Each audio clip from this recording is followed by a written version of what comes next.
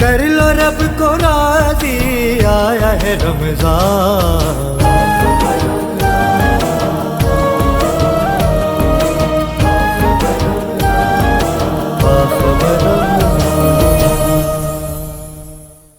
اعوذ باللہ من الشیطان الرجیم،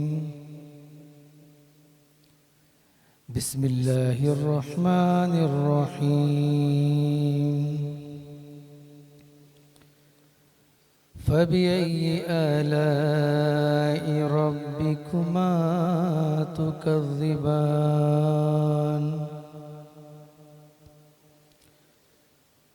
رب المشرقين ورب المغربين، فبأي آلاء ربكما تكذبان؟ مرج البحرين يلتقيان،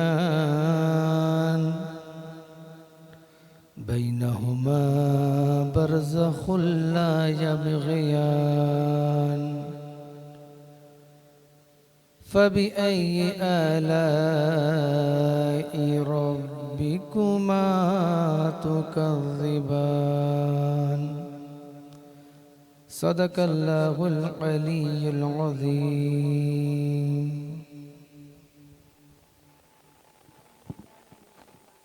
بسم اللہ الرحمن الرحیم۔ میں آپ کی میزبان کنزہ الطاف آپ کی خدمت میں حاضر ہوں سحری کی 24ویں ٹرانسمیشن کے ساتھ۔ آپ نے ابھی خوبصورت تلاوت قرآن پاک آپ کی سماعتوں کی نظر کیا۔ ہمارے بہت ہی اس پینل کا بہت ہی خوبصورت جو پارٹ رہے ہیں علامہ شارق احمد کاشفی صاحب نے، آپ نے سماعت فرمائی۔ اب میں چاہوں گی کہ ہم پروگرام کا باقاعدہ آغاز کریں، اس سے پہلے حمد باری تعالیٰ میں سننا چاہوں گی۔ ہمارے بہت ہی پیارے بھائی یہاں موجود ہیں، عتیق الرحمن مہروی صاحب۔ حاضر ہے تیرے دربار میں ہم، اللہ کرم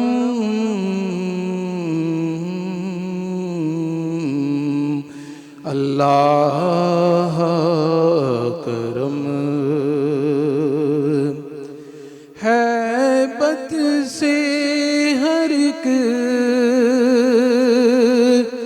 گردن خم ہے،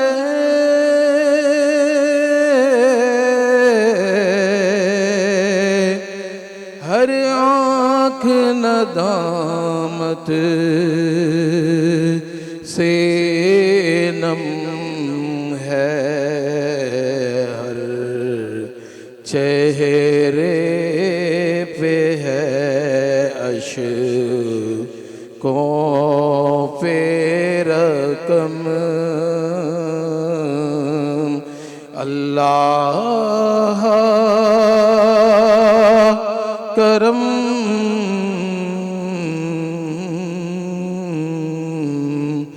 اللہ کرم۔ جن لوگوں پہ ہے انعام تیرا،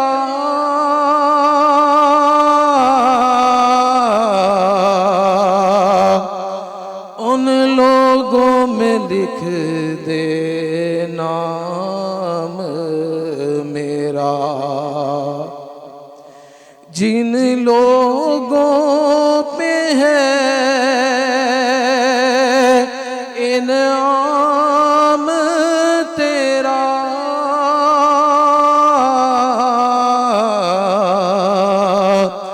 ان لوگوں میں لکھ دے نام میرا، محشر میں میرا رہ جائے برم، اللہ کرم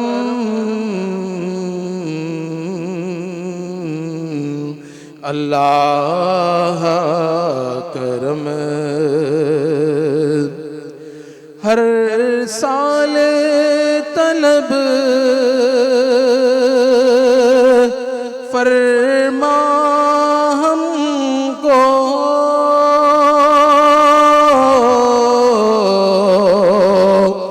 ہر سال وہ شہر دکھا ہم کو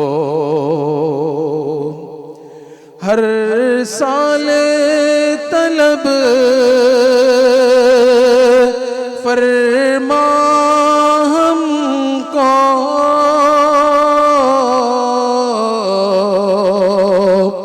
ہر سال وہ شہر دکھا ہم کو ہر سال کرے ہم طواف حرم اللہ کرم اللہ کرم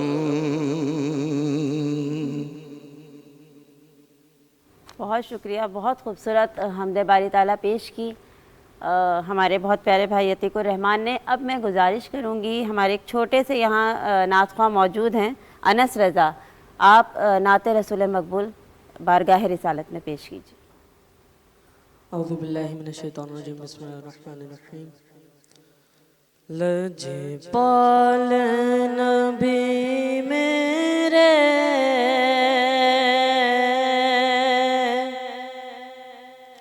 درداد دوا دینا، لجپال نبی میرے درداد دوا دینا، لجپال نبی میرے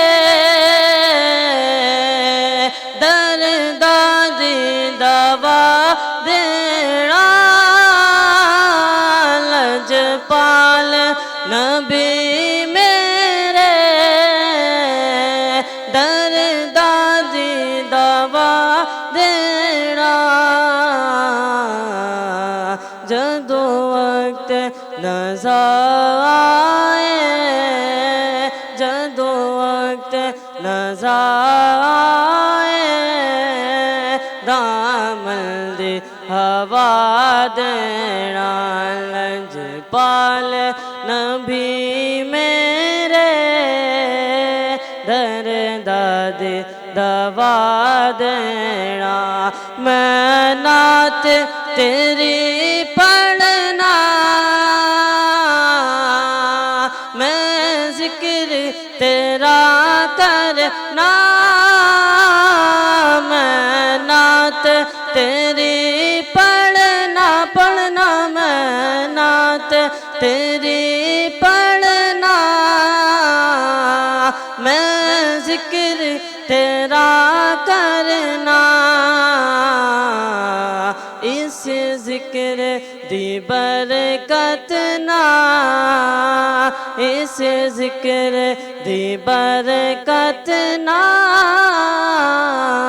میری قبر وسا دینا، لجپال نبی میرے درداد دوا دینا، آقا تیری محفل وچ جھولیاں بچھا بیٹھے، آقا تیری محفل وچ جھولیاں بچھا بیٹھے، لاج رکھ لے وے لجپالا، لاج رکھ لے وے لجپالا، خالی نہ اٹھا دینا لجپال نبی میرے دردادی دوا دینا میں قبر اندھیری میں گھبراؤں گا جب تنہا میں قبر اندھیری میں گھبراؤں گا جب تنہا امداد میری کرنے امداد میری کرنے آ جانا رسول اللہ لجپال نبی میرے دردادی دوا کرنا۔ ماشاءاللہ ماشاءاللہ سبحان اللہ، بہت ہی خوبصورت نعت پیش کی ہے چھوٹے سے ہمارے نعت خواہ نے۔ بہت اچھی آواز تھی ان کی۔ انہوں نے ہمارے پروگرام میں میرے خیال سے پہلی بار ہی یہاں پارٹیسپیٹ کیا ہے، لیکن بہت اچھی آواز تھی۔ خدا آپ کو سلامت رکھے، اللہ اور آپ کو آپ کی توفیقات میں اضافہ فرمائے۔ ناظرین، اب ہم آئیں گے اپنے پروگرام کے ٹاپک کی طرف۔ اچھا، آج ہم جس موضوع پہ بات کریں گے، میں نے سوچا کہ ہم معاشرے کی کچھ ایسی چیزوں کو آج ہائی لائٹ کریں جو ہماری روزمرہ زندگی کا حصہ ہیں، اور رمضان کے مہینے میں اسپیسیفکلی ان سے کیا اثرات مرتب ہوتے ہیں، اس سے فرق کیا پڑ رہا ہے ہماری زندگی کو، اور روزہ کیا متاثر ہو رہا ہے اس سے۔ میں ان سب چیزوں پہ آج چاہوں گی کہ گفتگو کریں ہم، تاکہ ہم ان جو چھوٹی چھوٹی ایسی چیزیں ہیں معاشرے کی جس کی طرف ہمارا دھیان نہیں جاتا، جس کو ہم سوچتے ہی نہیں ہیں۔ دراصل مسئلہ یہ ہے کہ ہم برائی کو برائی نہیں سمجھتے، ہم غلطیوں کو غلطی نہیں سمجھتے، اور نارمل روٹین میں اس طرح سے ان کو لے کے چل رہے ہوتے ہیں جیسے ہم کچھ کر نہیں رہے، جبکہ اس پہ سوچنے کی ضرورت ہے۔ اور میں آج چاہوں گی کہ ہمارے یہاں جو مہمان موجود ہیں، میں ان کا تعارف بھی کراؤں گی، لیکن میں چاہوں گی کہ ہم اس ٹاپک پہ آج ان سے گفتگو کریں اور یہ چھوٹے چھوٹے جواب ہم آج تلاش کریں۔ تو پہلے میں تعارف کراؤں گی، ہمارے ساتھ یہاں ہمارے پینل کا حصہ ہیں، ہمیشہ آپ ہمارے پروگرام میں ان کو دیکھتے ہیں، ہمارے پروگرام کی شان ہیں، اور اس وقت ہمارے ساتھ موجود ہیں سرمایہ اہل سنت علامہ شارق احمد کاشفی صاحب۔ السلام علیکم۔ وعلیکم السلام ورحمۃ اللہ وبرکاتہ۔ انہی کے ساتھ ہمارے دوسرے مہمان یہاں موجود ہیں۔ آج میں نے سوچا ہم اپنی ٹیم کو ہی اپنا مہمان بنائیں اور ان سے بھی کچھ گفتگو کریں، کیونکہ جب مہمان اتنے سارے ہوتے ہیں نا، ہم ان سے بات چیت کرتے ہیں تو ہم اپنی ٹیم سے بات نہیں کر پاتے۔ جو لوگ ڈے فرسٹ سے ہمارے ساتھ ہیں ان کے بھی کچھ اوپینین ہیں، ان کی بھی کچھ رائے ہے، وہ بھی ہمیں دیکھنی ہے، سننی ہے۔ تو آج ہم نے سوچا ہم ایک پروگرام جو ہے اپنی ٹیم کے ساتھ کریں۔ تو میں یہاں پر ہمارے سینئر تجزیہ کار اور ہماری ٹیم کا حصہ ہیں اس پینل کا، اور میں جیسا کہ ہمیشہ ہر پروگرام میں جب تعارف کراتی ہوں تو کہتی ہوں کہ وہ ہمارے یہاں سینئر ہیں، بزرگ ہیں، ان کی رائے ہمارے لیے بہت اہم ہے۔ تو میں تعارف کراتی چلوں، یہاں سید اسلم پرویز۔ السلام علیکم۔ السلام علیکم۔ انہی کے ساتھ ہمارے تیسرے مہمان جو یہاں موجود ہیں، آج وہ مہمان ہیں، ویسے وہ میزبان کی سیٹ پہ بھی اکثر بیٹھے ہوتے ہیں، بہت اچھا بولتے ہیں، بہت جامع گفتگو کرتے ہیں۔ ہمارے ساتھ یہاں موجود ہیں مظہر ملک صاحب۔ السلام علیکم۔ وعلیکم السلام۔ اور اب میں اپنے نعت خواہ جو ہمارے یہاں موجود ہیں آج کے پروگرام میں ان کا تعارف کراتی چلوں۔ ہمارے یہاں بہت ہی اچھی نعت خواہ، ہماری بہت ہی اچھی بہن یہاں موجود ہیں ارم فاطمہ، میں ان کا بھی اس پروگرام میں شکر گزار ہوں کہ وہ تشریف لائیں۔ السلام علیکم۔ انہی کے ساتھ یہاں ایک بچہ جس کی ابھی آپ نے نعت سنی تھی، بہت پیاری نعت پڑھی انہوں نے، انس رضا، یہ موجود ہیں، اور ان سے ہم انشاءاللہ اور بھی کلام سنتے رہیں گے وقتاً فوقتاً۔ اور ان کے ساتھ موجود ہیں ہمارے ایک بھائی نعت خواہ جو کہ ابھی اپنا انہوں نے حمد باری تعالیٰ بھی پیش کی بارگاہ خداوندی میں، عتیق الرحمن مہروی صاحب۔ السلام علیکم۔ جی جناب، تو ہم جیسے کہ آج آپ سے کہہ رہے ہیں کہ ہم کچھ ایسے ٹاپک اٹھائیں گے معاشرے کے جو ہماری روزمرہ کی زندگی میں اہمیت کے حامل ہیں۔ سب سے پہلے تو میں ایک رمضان سے ریلیٹڈ ٹاپک پہ بات کروں گی، کیونکہ جیسے کہ ناظرین آپ جانتے ہیں کہ رمضان رحمتوں، برکتوں اور نعمتوں والا مہینہ ہے، اور میری اس بارگاہ رسالت میں اور بارگاہ خداوندی میں یہ دعا ہے کہ یا اللہ اس رمضان کو سب کے لیے نعمتوں اور برکتوں سے لبریز رکھ، سب لوگوں کی پریشانیاں دور ہوں، سب لوگوں کے لیے آسانیاں پیدا ہوں، زندگی کے معاملات بہتر ہو سکیں۔ اور ظاہر ہے جو کشمکش اس معاشرے میں ان دنوں پھیلی ہوئی ہے جس سے ہم سب بہت پریشان ہیں، اللہ تعالیٰ اس کو بھی دور کرے۔ اور میں اب چاہوں گی کہ میں اعتکاف کے حوالے سے ہی بات کروں، کیونکہ لوگ اعتکاف میں ہیں اور کچھ لوگ 3 دن کے اعتکاف میں بھی جاتے ہیں۔ اچھا، اعتکاف کے جو اصول و تقاضے کچھ دن پہلے بھی ہم اس پہ بات کر رہے تھے کہ کچھ اس کے رولز ہیں، لیکن ظاہر ہے جب مہمان آتے ہیں تو ان سے بھی بات ہوتی ہے، تو وہ اتنی زیادہ ڈیٹیل میں ہم بات کر نہیں سکے تھے۔ تو میں اس پہ آج علامہ صاحب سے یہ پوچھنا چاہوں گی، علامہ صاحب ہمارے لوگ جب اعتکاف میں بیٹھتے ہیں، اچھا ایک تو وہ ہوتے ہیں جو اندر اعتکاف میں بیٹھے ہوئے، ایک وہ ہیں جو ان سے ملاقات کے لیے آ رہے ہیں، ان کو کھانا دینے آ رہے ہیں یا ان کو جو فیسیلیٹیٹ کرنے آ رہے ہیں، تو اس کی بھی کوئی پابندیاں ہیں، کچھ شرائط ہیں اس کی بھی؟ بسم اللہ الرحمن الرحیم۔ بہت اچھا موضوع منتخب کیا آپ نے۔ اس ضمن میں چاہوں گا کہ پہلے گفتگو کا احاطہ بنایا جائے۔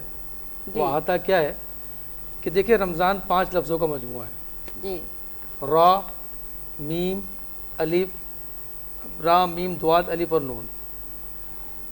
یعنی کہ سمجھ لیں کہ ہمیں رب سے رب کی رحمت چاہیے، بے شک، ٹھیک ہے، بے شک، بے شک، رحمت الہی چاہیے، ایسا ہی میم سے محبت الہی چاہیے، بالکل، زواد سے زمان الہی چاہیے، کیا بات، الف سے امان الہی چاہیے، اور نور سے نور الہی چاہیے۔ واہ واہ، کیا مطلب بات، ہمارا جو ڈھونڈنا ہونا چاہیے، رحمت چاہیے، محبت چاہیے، زمان چاہیے، امان چاہیے، نور چاہیے۔ سبحان اللہ۔ اب یہ چیزیں ملیں گی کسے؟ مطلب وہ کیسے ملیں گی؟ تو بزرگان دین فرماتے ہیں کہ جو شخص ان 5 لفظوں کے لیے، 5 انعامات کے لیے 5 کام رمضان میں کر لیتا ہے، تو قوی امید ہے کہ اس کو اس پر یہ ساری چیزیں مل جائیں، رحمت بھی مل جائے، محبت مل جائے، زمان مل جائے، امان مل جائے، نور مل جائے۔ 5 کام کیا ہیں؟ دیکھیں رمضان میں 5 کام اضافی ہوتے ہیں۔ رمضان میں روزہ رکھا جاتا ہے، ایک بنیادی عبادت ہے رمضان میں، بالکل، ٹھیک ہے جی، لوگ روزہ رکھتے ہیں۔ نمبر 2 ہے تراویح، جی، نمبر 3 ہے تلاوت، صحیح، نمبر 4 ہے اعتکاف میں بیٹھنا، اور نمبر 5 ہے اعتکاف میں بیٹھ کر شب قدر کی تلاش کرنا۔ واہ، تو جو شخص روزہ رکھتا ہے، جو شخص تراویح پڑھتا ہے، جو شخص کثرت سے تلاوت کلام پاک کی تلاوت کرتا ہے، جی، جو شخص اعتکاف میں بیٹھتا ہے، جو شخص اعتکاف میں بیٹھ کر شب قدر کو تلاش کرتا ہے، تو گویا یہ 5 چیزیں اس کو 5 چیزوں سے ملا دیتی ہیں۔ کیا بات، جو 5 چیزیں کر لیتا ہے وہ رحمت الہی کے قریب، محبت الہی کے قریب، زمان کے قریب، امان کے قریب، نور کے قریب ہو جاتا ہے۔ اب جو کیوری بنانا چاہتا ہوں، دیکھیے کہ 5 چیزوں کو جو مجموعہ اینڈ جا کر کہاں پر ہو جائے، وہ شب قدر کی تلاش میں ہو رہا ہے۔ بے شک، تلاش کرنے کے لیے یکسوئی چاہیے ہوتی ہے۔ بھائی کوئی چیز آپ تلاش کر رہے ہو، کوئی چیز گم جائے تو ایسا تو نہیں ہوگا کہ تصور کہیں اور تلاش آپ کریں کسی چیز کو، تو تلاش کرنے کے لیے یکسوئی چاہیے۔ بے شک، دیکھیے اعتکاف ہے فرض کفایہ، اگر کوئی شخص اعتکاف میں بیٹھتا ہے، ٹھیک ہے جی، وہ پورے اپنے محلے کے لیے شیلٹر لے کے آ جاتا ہے۔ مطلب اگر کوئی شخص نہ بیٹھے پورے محلے میں تو سب کے سب گناہگار ہو جائیں گے۔ صحیح، فرض کفایہ عبادت کا نام ہے۔ تو مطلب یہ سمجھے کہ جو شخص اعتکاف میں بیٹھ رہا ہے، نہ صرف اپنا اعتکاف کر رہا ہے بلکہ پورے محلے کو شیلٹر دے رہا ہے، مطلب اس کے پورے محلے والے فیضیاب ہو رہے ہیں۔ اچھا جی، اتنا بڑا کام کر لیا۔ میں نے کہا کہ کوئی چیز تلاش کرنی ہو تو یکسوئی چاہیے ہوتی ہے۔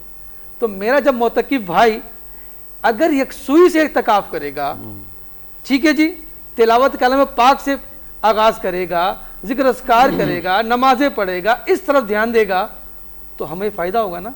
لیکن آپ کو میں بتاتے ہوئے بہت شرم محسوس کرتا ہوں، عجیب سی گفتگو ہے، میں کیا کروں، لیکن چونکہ معاشرہ ہے مجھے بولنے دیا جائے۔ پرابلم یہ ہے کہ جب کوئی شخص گھر سے جاتا ہے نا، اس کے دوست یار جاتے ہیں، تو ایسا لگتا ہے کہ وہ جگہ بدل گئی ہے لیکن محفل وہی والی ہے۔ صحیح، جو روڈوں میں بیٹھ کے، جو چبوتروں میں بیٹھ کے مذاق مسکری، ہنسی مذاق، ہاں جی، گفتگو، ہاں جی، موبائل دکھانا۔ تو میرے وہ بھائی جو گھر سے جاتے ہیں، دوستوں، وہ دوست جو معتکف سے ملنے جاتے ہیں، خدارا یہ جو اعتکاف میں بیٹھا ہے نا، ہمیں شیلٹر دینے کے لیے بیٹھا ہے، ہمیں برکت رحمتیں دینے کے لیے بیٹھا ہے۔ ایک معتکف سب کے لیے شیلٹر بنا دیتا ہے۔ جب اس معتکف کو آپ دنیاوی باتوں میں لگا دو گے تو پھر کیا ہوگا؟ صحیح، دنیا کی بات کرنا، مسجد میں دنیاوی بات کرنا آپ کے اعمال کو برباد کر دیتا ہے۔ عجیب، وہ اعتکاف میں بیٹھنے گیا تھا اپنے اعمال کے اضافے کے لیے، خیر و برکت کے لیے گیا تھا، لیکن آپ کی تھوڑی سی بے توجہی آپ جو گئے آپ نے دوستانہ ماحول فراہم کیا، ہونا تو یہ چاہیے تھا جو معتکف سے ملنے جائے وہ بھی اعتکاف کی نیت کر لے کہ تو بھائی کیونکہ سنت اعتکاف میں بیٹھا ہے، میں جتنے دیر بیٹھا ہوں نفل اعتکاف کا ثواب مل جائے گا مجھے. آپ مسجد سے باہر بیٹھیں گے سانس لیں گے نا تو آپ کو ثواب نہیں ملے گا. بالکل ایسے زندہ رہیں گے اور زندہ رہنے کے لیے سانس لینا پڑتا ہے نا. بالکل. لیکن آپ مسجد کے اندر بیٹھیں گے اعتکاف کی نیت کریں گے تو آپ کو اعتکاف کا ثواب ملے گا. بے شک تو کتنا فائدہ ہے. مطلب مسجد کے باہر سانس لیں گے تو زندہ رہیں گے صرف، اور مسجد کے اندر سانس لیں گے زندہ بھی رہیں گے ثواب بھی ملے گا. اب جب آپ کسی معتکف سے ملنے جاتے ہو تو آپ خدا را میں میسج دینا چاہتا ہوں اپنے نوجوانوں کو، اپنے بھائیوں کو کہ آپ جاتے ہو آپ نے خدا را ان سے دنیاوی بات نہیں کرنی. دیکھیے جو لڑکا گیا وہ بھی دنیا دار تھا، آپ تھوڑا سا اسے سرد ہو گے نا وہ شروع ہو جائے گا. تو میں ضرور کہوں گا اچھا وہ معتکف بھائی کہ جو اپنے دوستوں کے چکر میں پریشان، میرے دوست یار آ نہیں رہے ہو، فون تو فون کرتے ہیں معتکف، مطلب آج کل تو فون ایک عام سی بات ہو گئی نا. گنجائش نکالی تھی دین میں اس لیے کہ آپ کو ضرورتاً اپنے موبائل کا استعمال کرتے.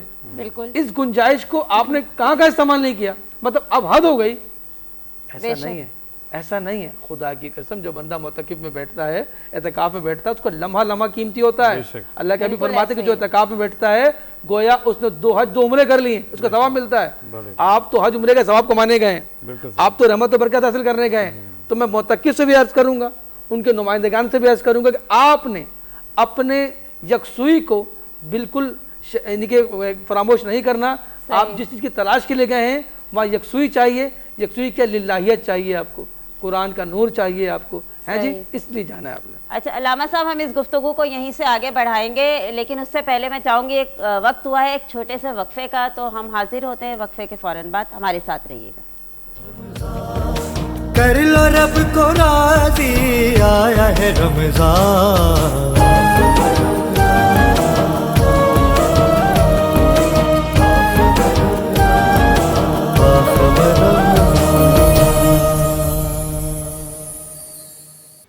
جی ناظرین وقفے سے دوبارہ حاضر ہیں ہم آپ کے سامنے. ابھی علامہ صاحب نے بڑی اچھی تصحیح کی ہے اعتکاف کے حوالے سے. ہم ان سے اور بھی سوالات پوچھیں گے، لیکن ابھی میں چاہوں گی کہ میں اسلم صاحب سے بھی ایک سوال پوچھوں. جیسے میں نے آپ کو کہا کہ میں دنیاوی چیزوں کو بھی تھوڑا سا ہائی لائٹ کروں گی. ہمارے معاشرے کا ایک بہت اہم حصہ بن چکا ہے موبائل. اچھا موبائل فون کا استعمال، جہاں تک میں اگر اپنی بات کروں تو میں یہ کہتی ہوں موبائل فون غلط نہیں ہے. دیکھیں کوئی بھی ترقی، کوئی بھی ایجاد غلط نہیں ہوتی، اس کا استعمال صحیح یا غلط ہو سکتا ہے. تو میں آپ سے یہ پوچھوں گی کہ آج کل کے دور میں جیسے موبائل ہر ایک کی ضرورت بن چکا ہے، اچھا آپ کو کیا لگتا ہے، جیسے سب کہتے ہیں کہ نیو جنریشن اس لیے بھی زیادہ خراب ہو رہی ہے کہ اس کے ہاتھ میں موبائل ہے،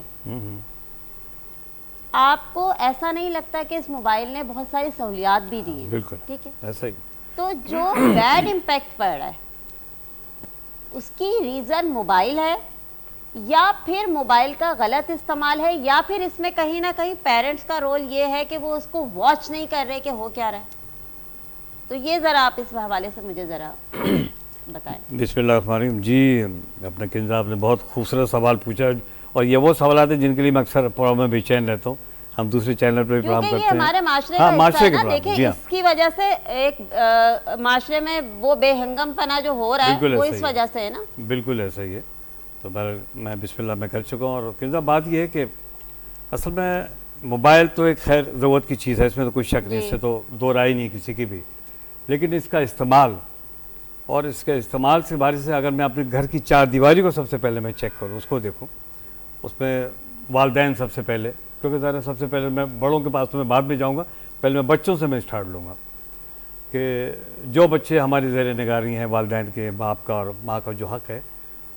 تو آج کل صورتحال یہ ہے کہ چھوٹے چھوٹے بچوں کو میرا خیال ہے کہ 5 سال کے یا 6 سال کے بچے میں میرا خیال جب اس کو بولنا آ جاتا ہے تو اس کو ہاتھ میں جو موبائل پکڑا دیا جاتا ہے. جی جی ایسا ہو رہا ہے، میرا خیال 70% ایسا ہو رہا ہے. میں یہ دیکھ رہا ہوں کہ اس کی جستجو جو ہوتی ہے، جب بڑے بھی جو استعمال کر رہے ہیں چیزوں کو وہ دیکھ رہا ہے تو اس کی بھی جستجو جو ہوتی ہے، اس کو نہیں پتہ اس میں کیا چیز ہے کیا نہیں ہے، لیکن وہ مانگ رہا ہے اور ماں باپ اس کو جو ہے نا وہ حیثیت رکھتے ہیں تو یقیناً اس کو وہ موبائل اس کے ہاتھ میں تھما دیتے ہیں. بالکل انہوں نے تھما دیا. لیکن اب چیک اینڈ بیلنس جو ہے نا وہ ماں باپ کا ہی رائٹ بنتا ہے موجودہ حالات میں کہ وہ دیکھیں کہ بچہ، اب سب سے پہلے تو اس کی ایبلٹی چیک کریں بچے کی، اس کا رجحان اس کا دیکھیں کہ کیا رجحان ہے وہ بچپن سے، اس کی سمجھ بوجھ کہاں کی کس طرف جا رہی ہے. اصل میں وہ کچھ اللہ والا ہے بچہ، اسلامی اس کا کچھ ذہن میں ہے کہ میں نماز پڑھ لوں، امی میں روزہ رکھ لوں، ابو میں یہ نیک کام کر لوں فلاں. تو یہ چیزیں بھی واچ کرنی ہے، اور پڑھائی میں کس حد تک وہ کتنی دور ہے کیا ہے یہ سب اس کو دیکھیں. پھر وہ موبائل کی طرف توجہ اپنی رکھیں کہ اگر اس کے ذہن میں یہ شوق نہیں ہے کہ وہ صبح اٹھ کے نماز پڑھنا شروع کر دے. ذرا 8-9 سال کا بچہ نمازی ہو جاتا ہے، قرآن پاک کی تلاوت بھی کر لیتا ہے، قاری گھر پہ لگا دیے جاتے ہیں، قرآن پاک کی تلاوت کرتا ہے. تو ماں باپ اس کو چیک کریں کہ ارے یہ بچے کے ہاتھ میں دینا بہتر ہے کہ نہیں ہے، اس کی وہ سمجھ بوجھ ہے کہ نہیں، یا اس کا وہ استعمال غلط کرے گا. سب سے پہلے تو ہمیں وہ چیک کرنا ہے صحیح کہ ہم اس کو چیک کر رہے ہیں کہ ہاں اس کا روزمرہ، یہ نہیں کہ اس کی جب پرورش شروع ہوئی ہے نا تو خاص اس پہ نظر رکھنی ہے ہم نے کہ آیا وہ کس کردار کا ہے. وہ بچہ چھوٹا بچہ ہے لیکن عقل بوجھ تو وہ رکھتا ہے نا، اچھے برے کی اس پہ تمیز تو آ گئی نا. تو اس کو سمجھنا چاہیے والدین کو کہ کیا اچھا سوچ رہا ہے اور کیا برا سوچ رہا ہے. والدین سے زیادہ کون اچھا برا اس کا سمجھ سکتا ہے. تو سب سے پہلا اسٹیج تو یہ ہے اس موبائل کے استعمال کا کہ اس پہ نظر ثانی کریں، اس کو دیکھیں، اس کو واچ کریں اور چیک اینڈ بیلنس رکھیں اس بچے کے اوپر. اس کے بعد میں آتا ہوں بڑوں کی طرف. سمجھدار ہو گئے، اسکول سے بڑھ کے کالج میں چلے گئے، یونیورسٹیوں میں چلے گئے. تو اس وقت جو رجحان ہے، اس وقت جو ہمارا جو معاشرے میں اس وقت جو رجحان ہے موبائل کے حوالے سے، یہ اس میں کوئی شک نہیں کہ اس میں وہ ایپس موجود ہیں اسلامی نقطہ نظر سے بھی، معلومات کی حد سے بھی. آپ کی پوری اسلامی تاریخ، اپنی پوری دنیا جہاں کی تاریخ، پورا ورلڈ کا اس میں فیمس جو ہے نا ہر چیز اس میں موجود ہے کہ جو بھی بچہ اسٹڈی کے لیے اس کو استعمال کرنا چاہتا ہے تو بالکل بلا جھجک وہ اس کو ایپ میں جا کے اس کو استعمال کر کے اور اپنی اسٹڈی میں 4 چاند لگا سکتا ہے. اپنے دماغ کو، شعور کو اپنے بالکل بلند و بالا کر سکتا ہے. اس میں کوئی شک نہیں. یعنی کہ آپ یہی وہی میرے والی بات اب ہو کیا رہا ہے، اب ہو یہ رہا ہے کہ ہم اس کا استعمال کر رہے ہیں غلط. میں کیا بات کی، میں نے بچپن سے چیک اینڈ بیلنس کی بات کی. وہ یہ سلسلہ آگے تک بھی چلا جائے. بچہ تو بڑا ہو گیا نا، اگر والدین نے چیک اینڈ بیلنس نہیں رکھا اس کے اوپر کہ وہ کس طرح وہ یوز کر رہا ہے تو آج رفتہ وہ تو اس کی غلط کاریوں میں چلا جائے گا. وہ صحیح، بالکل وہی بات ہے کہ ناظرین یہاں پہ یہ بات بڑی اہم ہے. چیز اچھی یا بری نہیں ہوتی، اس کا استعمال اچھا یا برا ہوتا ہے.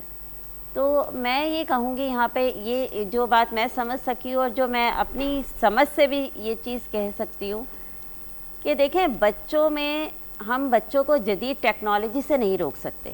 میں یہ ایک میسج چھوٹا سا یہاں ضرور دینا چاہوں گی، ہم بچوں کو جدید ٹیکنالوجی سے نہیں روک سکتے لیکن انہیں اس کی سمجھ دے سکتے ہیں کہ کیسے اسے استعمال کرنا. اور یہاں پیرنٹس کی جو ہے ذمہ داری بنتی ہے کہ وہ ان کو یہ شعور دیں کہ اس کا استعمال کیسے ہوگا اور وہ بچہ آپ سے پک کرے گا. میں نے کہا نا اس بچے کو آپ گائیڈ لائن دیں گے تو جب آپ دیکھیں وہی بات ہوتی ہے کہ ہر گھر میں ہر طرح ایک اپنا طور طریقہ ہوتا ہے نا. میں ایک چھوٹی سی اگزامپل دوں کھانے کی ٹائمنگ کو لے کے. کسی گھر میں کھانا جلدی کھایا جاتا ہے، کہیں دیر سے کھایا جاتا ہے، کہیں ایک فکس ٹائم ہوتا ہے. تو بچے اسی طرح یوز ٹو ہو جاتے ہیں نا، جیسے آپ کے گھر کا ماحول ہے وہ اسی طرح اس کو اڈاپٹ کرتے ہیں. تو یہ چیزیں بھی ایسی ہوتی ہیں جس کا شعور آپ کو دینا پڑتا ہے اور جب آپ شعور دیتے ہیں تو یہاں 80% آپ سیکیور ہوتے ہیں کہ اب کچھ غلط نہیں ہوگا. دیکھیں 20% رسک اس لیے ہے کہ یہ اللہ کی دنیا، یہاں کچھ بھی ہو سکتا ہے، لیکن 80% آپ سیکیور اس لیے ہو جاتے ہیں کہ آپ نے ایٹ لیسٹ ان کو سمجھ دے دی، شعور دے دیا کہ اس چیز کو کیسے استعمال کرنا، چاہے وہ موبائل ہے یا کچھ بھی XYZ ہے. لیکن شعور دینا ضروری ہے اولاد کو. اس کو پابندیاں لگانے سے کچھ نہیں ہونے والا. پابندیاں کبھی بھی کسی کو سدھار نہیں سکتی. میں یہاں ایک میسیج یہ ضرور دوں گی، پابندیاں مت لگائیں، ان کو شعور دیں. شعور ہی ہمارے معاشرے کو ترقی کی طرف لے کے جائے گا، ہماری جنریشن کو اسٹرانگ کرے گا. آپ پابندیاں لگا کے نئی جنریشن کو صحیح راستے پہ نہیں لا سکتے کم از کم. یہ میرا اپنا اوپینین ہے. اس بارے میں ملک صاحب سے بھی گفتگو کروں گی. ملک صاحب آپ کیا سمجھتے ہیں جو میں یہ بات کر رہی ہوں کہ شعور آپ کی اولاد کو سدھارنے میں، اچھا بنانے میں کارگر ہوتا ہے؟ پابندیاں کبھی بھی کسی انسان کو اچھا نہیں بنا سکتی. بالکل صحیح. دیکھیں جہاں تک شعور کی بات ہے وہ تو اللہ تعالیٰ نے بھی فرمایا نا کہ اپنے عقل کا استعمال ضرور کرو. بے شک قرآن پاک جو ہے وہ ہدایت تو سب کے لیے ہے مگر مخصوص ان کے لیے جو اس پہ توجہ دیتے ہیں، جی، جو اس سے ہدایت لیتے ہیں، ہدایت لینا چاہتے ہیں، بالکل ان کے لیے ہدایت آسانی ہو جاتی ہے. اسی طرح کوئی بھی چیز ہے، کوئی نکمی نہیں چیز اس قدرت کے کارخانے میں. بے شک ایسے کچھ بھی ہو، کوئی نکمی چیز نہیں ہوتی، لیکن فرق سے یہ ہے کہ اس کا استعمال کیا ہے. استعمال کیسے کرنا ہے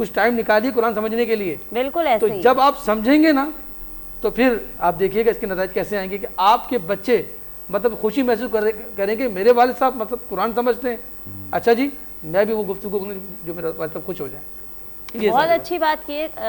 بالکل آپ کی بات سے میں اتفاق کروں گی علامہ صاحب. بڑوں کا جو اثر ہے نا وہ بچوں پہ جاتا ہے, بالکل جاتا ہے. اور ابھی جیسے کہ آپ بات کر رہے تھے کہ بچے پھر سیکھتے بھی ویسے ہی, سیکھتے ویسے ہی ہیں. ٹھیک ہے, تو یہ تو بہت اہم بات ہے. اور ابھی آپ جیسے موبائل کے حوالے سے بھی آپ کی بات آپ ابھی کر رہے تھے کہ بچوں پہ مطلب ظاہر ایک چیز آئی, پچھلی چیزوں کا کام ختم ہوا, پھر ایک نیا کام شروع ہو گیا اس چیز کا. خدا کے واسطے مطلب اپنے والدین کا کام ختم نہیں کر دینا. اچھا, اولاد اور ماں باپ کے درمیان جو کمبینیشن ہے, جو گیدرنگ ہے, اچھا اس حوالے سے میں کہوں گی ہمیں یہاں دیکھیں پتہ ہے مسئلہ یہ ہے کہ جو بچے ہیں وہ تو ہیں چھوٹے, ان کو تو خود شعور نہیں ہے, ان کو تو شعور آپ نے دینا ہے. ماں باپ جو ہیں ان کی ذمہ داریاں ہوتی ہیں زیادہ, کیونکہ دیکھیں وہ باشعور ہیں, وہ ایک لائف ٹائم گزار کے آئے ہیں, پھر وہ اپنے اولاد کی تربیت کر رہے ہیں. میں نے اپنی بات وہیں سے شروع کی تھی. مجھے ایسا لگتا ہے جیسے میں اپنی آپ سے ایک بات پوچھنا چاہ رہی ہوں کہ اگر ماں باپ اس چیز کی بھی پریکٹس بچپن سے شروع کریں کہ اولاد کو ایک سرٹن ٹائم پیریڈ ہو کہ بھئی اس وقت سب گھر والے ایک ساتھ بیٹھیں گے, دسترخوان ایک ساتھ لگے گا. جیسے بعض گھروں میں نے یہ دیکھی ہے, یہ ہوتا ہے کہ بھئی ایک آ رہا ہے کھانا کھا رہا ہے, دوسرا آ رہا ہے کھانا کھا رہا ہے, ان کے گھر دسترخوان کا کانسیپٹ ہی نہیں ہے, وہ جیسے جیسے آ رہے ہیں کھانا کھا رہے ہیں. اچھا مزے کی بات یہ ہے, یہ اس لیے نہیں کہ وہ بھئی اس وقت فارغ ہوتا ہے تو وہ اس لیے آ رہے ہیں, مزے کی بات یہ عادت ہو گئی ان لوگوں کو. تو اگر ایسا اہتمام ہو جیسے ہمارے پہلے زمانوں میں ہوتا تھا کہ دسترخوان کا ایک ٹائم ہے کہ بھئی اس وقت دسترخوان لگے گا اور سب گھر والے اس پہ موجود ہوں, دسترخوان پہ کھانا کھائیں, تو ایک وہ جو 1-1.5 گھنٹہ ایک ساتھ بیٹھ کے ایک دوسرے سے ساری ڈسکشن کرتے ہیں, وہ کرتے ہیں, ایک وہ ایک پریکٹس ہوتی رہتی ہے. ایسی بہن مطلب میں یہ کہنا چاہوں گا کہ وہ دسترخوان نہیں تھا بلکہ ایک تربیت گاہ ہوتی تھی. بے شک. آپ کو پتا کہ میں بتاؤں کہ پہلے زمانے میں دسترخوان کا کلر کیا پتا کیا ہوتا تھا, وائٹ کلر کا دسترخوان ہوتا, وائٹ کلر کا. مطلب وہ دسترخوان جو یعنی کہ اگر غلطی کچھ گر جائے تو فوراً آیا ہو تو بچے میں شعور پیدا ہوتا تھا کہ بھائی مطلب یہ نیٹ اینڈ کلین ہے, اس کو گندا نہیں کرنا مجھے. پھر چمچے سے نکال, بچے تو بڑے سے سیکھتے ہیں نا, آداب سیکھتے ہیں, کھانے کے آداب سیکھتے ہیں. آپ کو یہ جانے اگر باپ سنت آداب سیکھ لے کھانے کے آداب کیا ہے, تو وہ جب کھانے کے درمیان گفتگو کے دوران کچھ نہ کچھ اویئرنیس دیتے چلا جائے بچوں کو. آج آپ دیکھ لیں, آپ مطلب میں کیا کہوں, آپ ہوٹلوں کا حال دیکھ لیں, شادی بیاہ کا حال دیکھ لیں, کس طرح کھاتے ہیں, جتنا کھاتے اتنا چھوڑتے ہیں. ٹھیک ہے جی, یہ قرضہ کس پہ آیا, اس لڑکی کے باپ پہ آیا, اس لڑکے کے باپ پہ آیا جس نے بڑی محنت سے بڑی مشکل سے اس کو اکٹھا کر کے یہ شادی کی. تو نہ کھانے کی تمیز ہے نہ بولنے کا شعور ہے, صرف کپڑے پہنتے ہیں, ورنہ سارے کام جانور والے ہو رہے ہیں. اللہ پاک ہمیں ہماری حفاظت فرمائے اس سے. اور وہی بات ہے کہ دیکھیں ہمارے معاشرے میں جو سب سے زیادہ مجھے لگتا ہے نا ویک پوائنٹ, وہ ہے تربیت کا. کیونکہ جب تک تربیت نہیں ہوگی ہم نہیں سدھر سکتے, کچھ بھی کر لیں. میں نے کیا کہا, میں نے یہی بات کی تھی نا, جو موبائل کی آپ نے بات کی, تو میں نے ابتدا وہیں سے کی تھی کہ ایک چھوٹے بچے کو آپ موبائل ہاتھ میں دیں گے, اس کو سکھائیں گے تو اس نے آگے جا کے بڑا ہی ہونا ہے نا. تو پھر وہی اختیار کرے گا جو ماں باپ کی جو پریکٹس کو دیں گے, اس کو سمجھائیں گے, اس کو بتائیں گے, اچھا برے کی تمیز دیں گے, ٹائم اس کو سمجھائیں گے, کس وقت آپ نے دیکھنا ہے, کس وقت سننا ہے, کس وقت استعمال کرنا ہے, نہیں کرنا ہے, تو اس کے بعد یہ رفتہ رفتہ آگے جا کے اس کے لیے بہتری ہوگی. بالکل ایسا ہی ہے. اچھا اس سے پہلے کہ ہم اور مزید سوالات اپنے مہمانوں سے پوچھیں, آج جو ہمارے مہمان ہیں بنے ہوئے, تو میں چاہوں گی ایک نعت ہم سنیں تاکہ ماحول میں تھوڑی سی گرم جوشی بھی پیدا ہو. تو میں اپنی بہن ارم فاطمہ سے درخواست گزار ہوں کہ ایک نعت کا تحفہ جو ہے بارگاہ رسالت میں پیش کیجیے. میں فاطمہ کے لیے بتاؤں, ماشاءاللہ یہ دوسرے چینلوں پہ ہمارے ساتھ پروگرام میں آ چکی ہیں, آپ سنیں گے. اب ماشاءاللہ آپ شاید پہلی دفعہ بہت خوبصورت ان کی آواز ہے ماشاءاللہ, اللہ ان کے آواز میں اور برکت عطا فرمائے. بسم اللہ. مدینے میں جو گزرا وہ زمانہ یاد آتا ہے, مدینہ یاد آتا ہے, مدینے میں جو گزرا وہ زمانہ یاد آتا ہے, مدینہ یاد آتا ہے, در اقدس پہ حال دل سنانا یار آتا ہے مدینہ یاد آتا آتا مدینہ یاد آتا ہے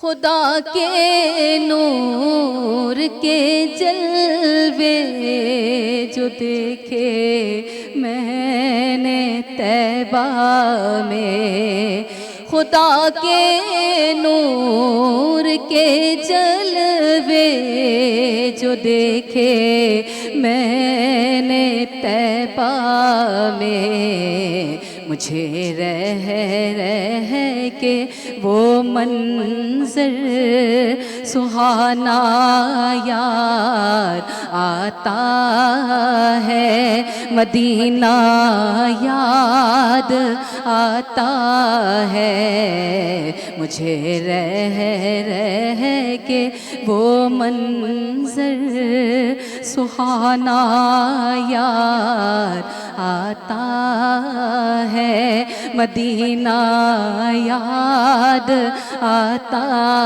آتا مدینہ یاد آتا ہے رسول اللہ کے دربار میں عجز و محبت سے رسول اللہ کے دربار میں عجز و محبت سے وہ میرا روز و شب کا آنا جانا یار آتا ہے مدینہ یاد آتا ہے وہ میرا روز و شب کا آنا جانا یار آتا ہے مدینہ یاد آتا آتا مدینہ یاد آتا ہے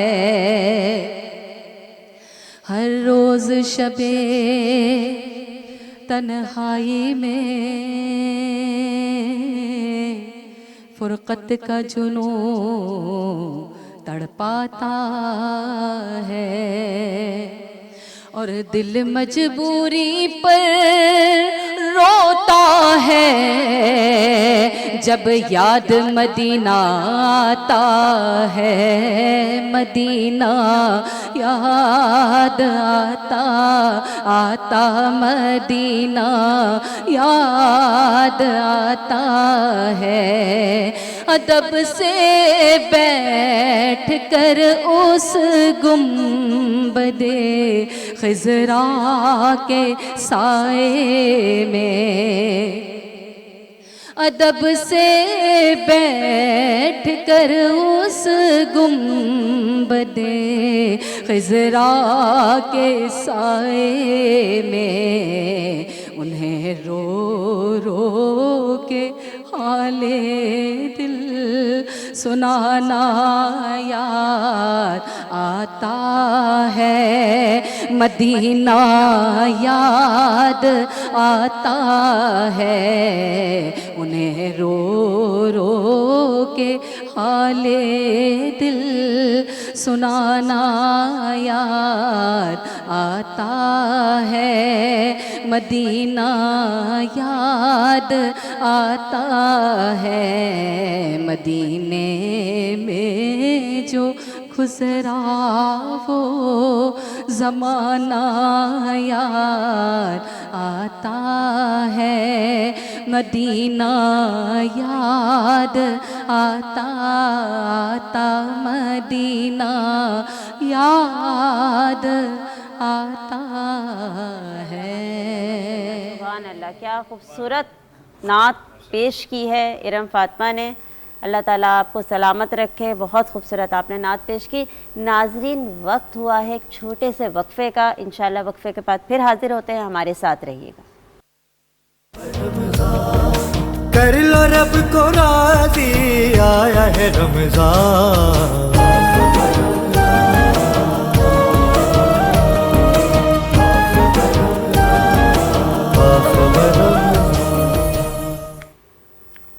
جی ناظرین, وقفے سے دوبارہ آپ کے سامنے حاضر ہیں. ہم گفتگو کا سلسلہ وہیں سے شروع کریں گے جہاں سے ٹوٹا تھا. اور ناظرین, جیسا کہ آپ کو پتہ ہے 24ویں سحری کی یہ ٹرانسمیشن ہے, اور سحری کا وقت جیسے جیسے قریب ہو رہا ہے ہمارے سوالات بھی بڑھتے جا رہے ہیں, اور محفل بھی ماشاءاللہ سے ہمارے نعت خواں جو بہن بھائی یہاں موجود ہیں انہوں نے بہت خوبصورت محفل بنائی ہوئی ہے. میں اس وقت علامہ صاحب سے یہ سوال کرنا چاہوں گی. علامہ صاحب, ابھی آپ اعتکاف کی بات کر رہے تھے. اچھا, میں یہ پوچھنا چاہوں گی کہ آپ نے دیکھا ہے کچھ ایسے افراد ہوتے ہیں نہ انہیں حقوق اللہ کا خیال ہوتا ہے, نہ وہ کبھی حقوق العباد نبھاتے ہیں, نہ انہوں نے کبھی پڑوسیوں کے بارے میں اچھا سوچا, نہ ان کی زبان سے کوئی آس پاس کے لوگ محفوظ رہتے ہیں.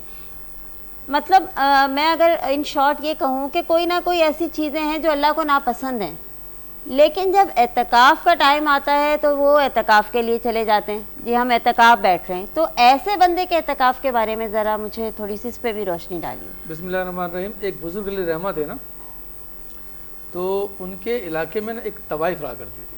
ٹھیک ہے. اور وہ اکثر بزرگ علیہ رحمہ کو نا یعنی کہ بدکاری کی دعوت دیتی تھی.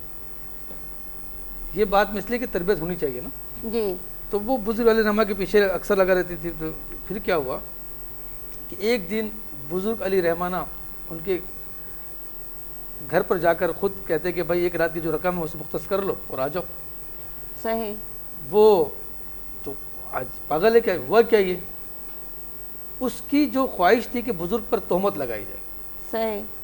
اسی زود پاس میں وہ کوشش کرتی تھی کہ تہمت لگ جائے کسی طریقے سے. جی جی. بڑے مشہور آدمی ہیں یہاں. تو ہوتا ہے نا کہ فہم کسی کو ہو جائے تو پھر آپ کو پتا ہے کہ ہر صاحب نعمت محسود ہوتا ہے. بالکل. اس کو نعمت مل جائے تو وہ حسد کا نشانہ بنتا ہے.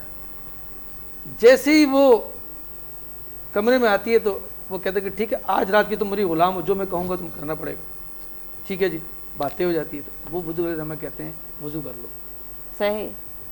وضو کروا کر مصلی پہ بٹھا دیتے ہیں کہ کہتے ہیں کہ مصلی میں بیٹھ جاؤ اور اللہ سے دعا کہ اے اللہ میرا کام تو کوشش کرنا, میں یہاں تک پہنچا دیا, بالکل, اور تو اسے عطا کر دے. قاتل ہو, زانی ہو, شرابی ہو, حقوق العباد کا طلب کرنے والا ہو, جیسا بھی ہو, صحیح, اگر وہ مسجد کے گیٹ پہ آ جاتا ہے تو اسے آنے دیا جائے گا. بے شک. دنیاوی قانون کے مطابق جب کسی کا آپ نافرمان بنتے ہو وہ آپ سے منہ پھیر لیتا ہے, ایک دفعہ معاف کر دے گا دوسری دفعہ جھڑک دے گا. بالکل. ہاں جی. لیکن اللہ تبارک و تعالیٰ کے جو منشور ہے, جو دستور ہے, جو قانون ہے, وہ نرالے ہیں. بالکل صحیح. وہ بار بار مانگنے کو پسند کرتا ہے, کیا بات, بار بار معافی کو پسند کرتا ہے. بے شک. بالکل. وہ یہ دین کی خوبصورتی ہے. اے بندے مجھ سے مانگ, میں تجھے عطا کروں گا. بے شک. کوئی دیکھیے جتنا وقت وہ مسجد کی گیٹ سے مسجد کے اندر داخل ہوگا, اگرچہ میں نے کہا نا قاتل ہے, اللہ پاک اسے شعور عطا فرمائے, ہماری دعا ہے, لیکن سمجھانے کے لیے کر رہا ہوں. تو جتنا وقت وہ مسجد میں بیٹھے گا مجھے پتا ہے بدنگاہی کرے گا, گالیاں بکے گا, کوئی غلط کام کرے گا. ہم یہ دعا کرتے ہیں کہ اے اللہ پاک ان لمحوں کی برکت سے اس سے حقوق العباد دینے جو معاملہ جو طلب کرتا ہے اسے ادا کرنے کی توفیق عطا فرما دے. آمین. اچھا, لیکن اگر وہ باہر جا کے دوبارہ وہی زندگی, جو لمحات ہیں, دیکھیں مومن کے لیے ہمیں اچھا سوچنا ہے. اچھا مجھے بتائیں اگر ہم یہ سوچنے لگ جائیں تو پھر ہم کہیں گے کسی قاتل کے دعا نہ کرو. حضور نے فرمایا کہ مظلوم کے لیے دعا کرو, ظالم کے لیے دعا کرو. یا رسول اللہ مظلوم کی دعا سمجھ میں آتی ہے بات کہ مظلوم اس کا شکار ہے, صحابہ کرام حیران پریشان ہو گئے. حضور مظلوم کے لیے دعا کریں, سمجھ میں آ گئی بات. ظالم کے لیے دعا کیا کریں؟ تو حضور نے فرمایا کہ اس لیے دعا کر کے اے اللہ اس سے ظلم کرنے سے محفوظ کر دے. صحیح. یہ دعائیں کرنی ہے ہم نے. تو ہمیں ان لوگوں کو مسجد میں آنے دینا, بلکہ ہمیں تو چاہیے کہ ان کو اسپیشلی دعوت دیں, زیادہ دعوت دیں, کوشش کریں کہ وہ مسجد میں آئیں اور پھر مصلی بچا کے ہم دعا کریں اللہ پاک یہاں تک تو بندہ پہنچ چکا ہے, دل پھیرنا تیرا کام. دل پھیرنا تیرا کام ہے. بے شک دل پھیرنا میرے خدا کا کام ہے, اور وہ چاہے تو بہت سے ایسے لوگ ہیں جو خدا کے نافرمان ہوتے ہیں, لیکن جب اللہ ان کا دل پھیرنے پہ آتا ہے تو ان کی زندگی ہی بدل جاتی ہے. اس میں کوئی دوسری رائے نہیں, یہ طاقت اللہ تعالیٰ کے پاس ہے. ہم جو ہے وہ کمزور لوگ ہیں اور میرا خدا جو ہے ہر چیز پہ قادر ہے.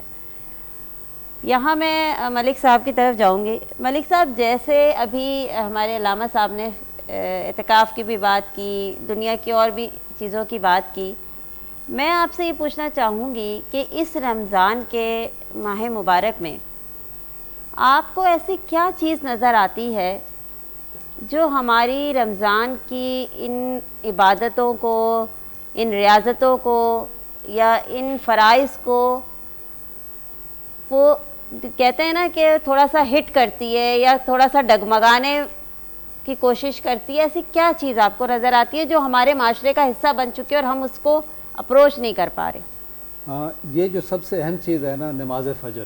جی. غیر رمضان میں ہم وہ ادا نہیں کر پاتے.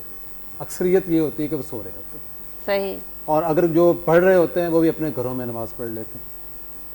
مگر رمضان کی وہ برکت ہے نہ کہ صرف نماز فجر, بلکہ ہم جب سحری کے لیے اٹھتے ہیں تو اکثریت لوگوں کی جو ہے وہ تہجد بھی پڑھتی ہے, بالکل, صلاۃ الحاجات بھی پڑھتی ہے, اپنے والدین کے لیے دعائیں کرتی ہے, اپنی ذات کے لیے, دنیا داری کے لیے ساری دعائیں اس وقت ہو رہی ہوتی ہے جو قبولیت کا ٹائم ہوتا ہے. بے شک.